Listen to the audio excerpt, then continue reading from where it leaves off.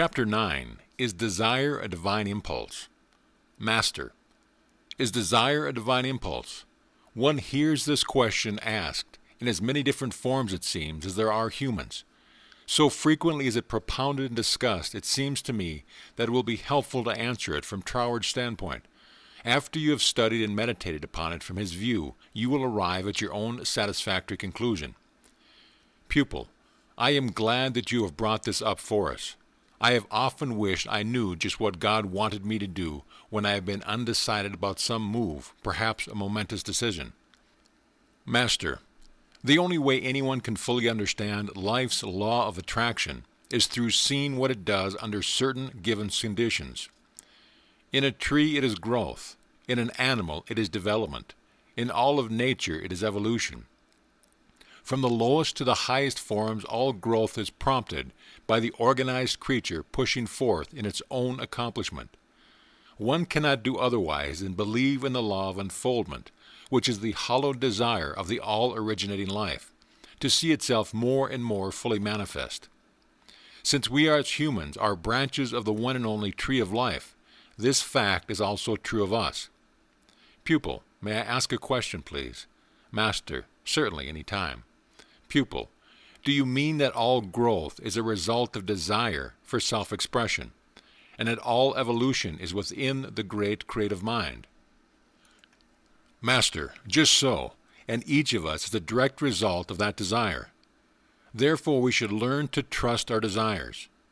There is but the one great desire, and practically all of our individual desires are reflections of that one. Man's desire, his real desire, is for good. No rational person would desire anything else for himself or another. Pupil. But many philosophies teach us that we must conquer, must overcome, must rise above all desire in order to be perfected. How do you answer this? Master, I stand fast in what has already been said herein. I hold fast to the firm conviction that our desires are divine impulses which stimulate us to growth and constant development. Without desires, we should be mere automatons, should have no wish to progress and grow. It is impossible for one to crush out all desires without ruining self, spirituality, physicality, morally and mentally. The desires, the longings we have are stimuli, our urges for expression, from the holy citadel of God within ourselves. Pupil, is it true then that if we would draw into us any particular benefit, we have only to impress a desire for it firm upon the subconscious phase of mind, and hold it unwaveringly? Should we do this just as an impression of sound is made upon a phonograph disc before being reproduced? Should we do this knowing that said desire is instantly transmitted into the one great creative energy, which is always responsive, and that is sure to be manifested in our own physical world? Master, that is just what I mean. Let me give you another illustration.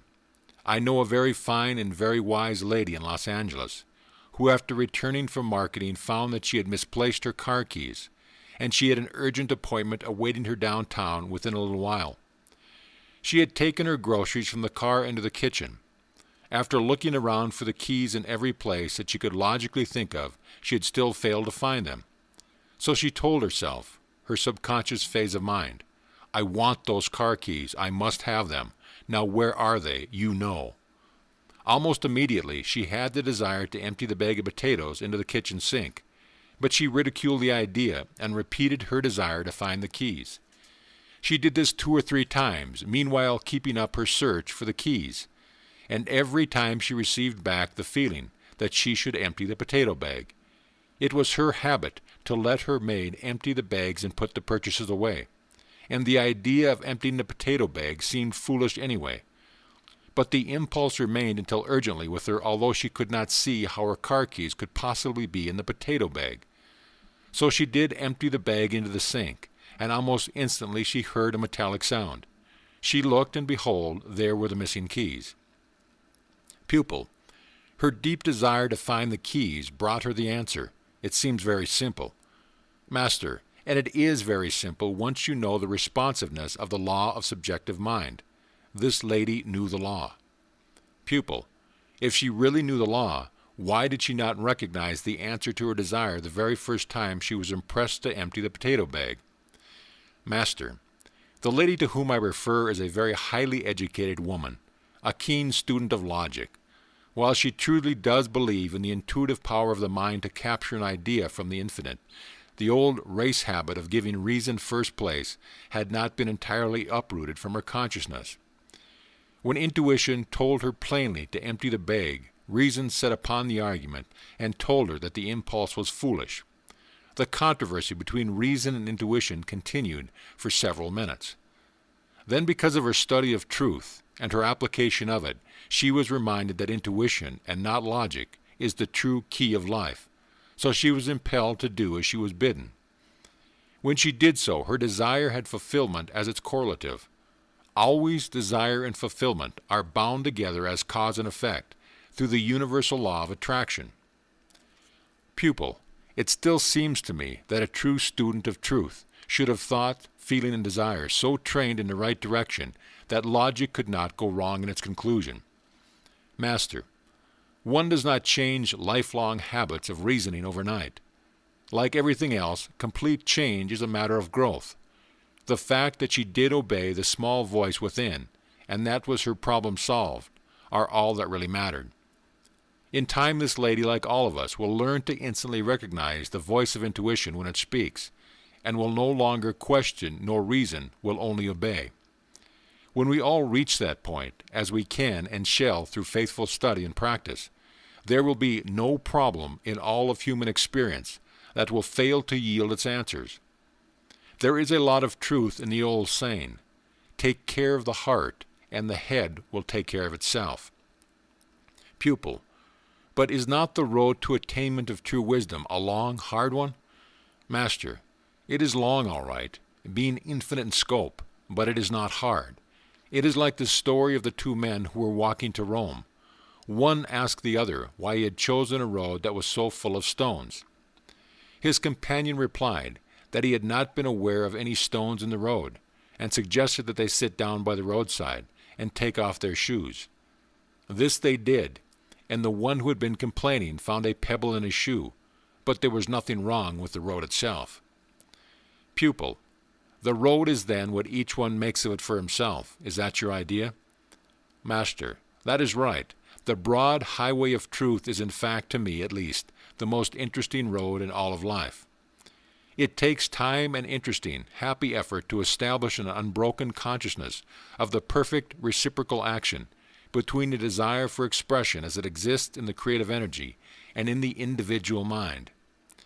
It is true that by rightly establishing our relation to the great parent mind, we can gradually grow in any condition that we desire, provided, of course, that we first make ourselves, through our habitual mental attitude, the person who corresponds to those conditions. One can never get away from the law of correspondence. This science of correspondence, or of cause and effect, is as infallible as in mathematics, and as in mathematics its principles must be mastered before one can habitually feel, "My Father and I are one." Yes, our desires are our own, immortal selves seeking fuller expression, and one may soon prove to the doubting, bewildering self that one can absolutely trust the desires. Pupil, somehow it is still a little difficult for me to accept the feeling that my desires are divine impulses, or the divine nature itself seeking expression through me. It seems to me that desire is selfish and often wrong, even bad for one. Master, did not Jesus say, "Seek and ye shall find"? Just why would anyone seek a thing? Pupil, because he wanted that for which he was seeking. Master, very good. Are not wants and desires the same? Jesus also said, "Ask believing that you have and ye shall have." Why would one ask for a thing? Pupil, because he desires it and feels it would be good for him. Master, correct. Yet again the Master said, "Except ye become as a little child, ye shall in no wise enter the kingdom of heaven." If one desires to grow into the new life of liberty and joy, indeed one must become as a little child. Pupil, and just what did Jesus mean by that? Master, just what he said. Observe a child, any child, rich or poor. Its very impulse is desire, is to want something. All children are simply one continual incarnation of gimme and want to. Naturally, the child's wants are but the forerunner of the man and his wants, and in the adult desires are as natural as in the child. Pupil: this desire idea is truly a new one to me, but I like it. Master: you will learn to love and trust your desires as your spiritual understanding expands. Vitality, which is life, is born of desire, is the child of love. You will be amazed at the rapid progress you will make once you have really made up your own mind to trust your desires. The more you learn to trust your wants, the greater will be your flow of faith. Pupil: but must there not be a check somewhere on desires, a sorting of the good and the bad? All desires are not holy, are they? Master: one must be rational, of course. Troward writes in his Edinburgh lectures that there is nothing wrong with the evidences of a healthy mind in a healthy body. This study presupposes that a sincere student of truth will not harbor evil desires, that his or her mentality is normal, the behavior normal. This being so, the desires of such a one should always be only natural, rational good, and if this is so, then the desires of that one are divine impulses. Let me suggest that you read the personal letter that Troward wrote to me, an exact copy of which is found in my book, Attaining Your Desires. Then you will see yet more clearly why you should trust your desires, recognizing as you do that desires are divine impulses. End of chapter.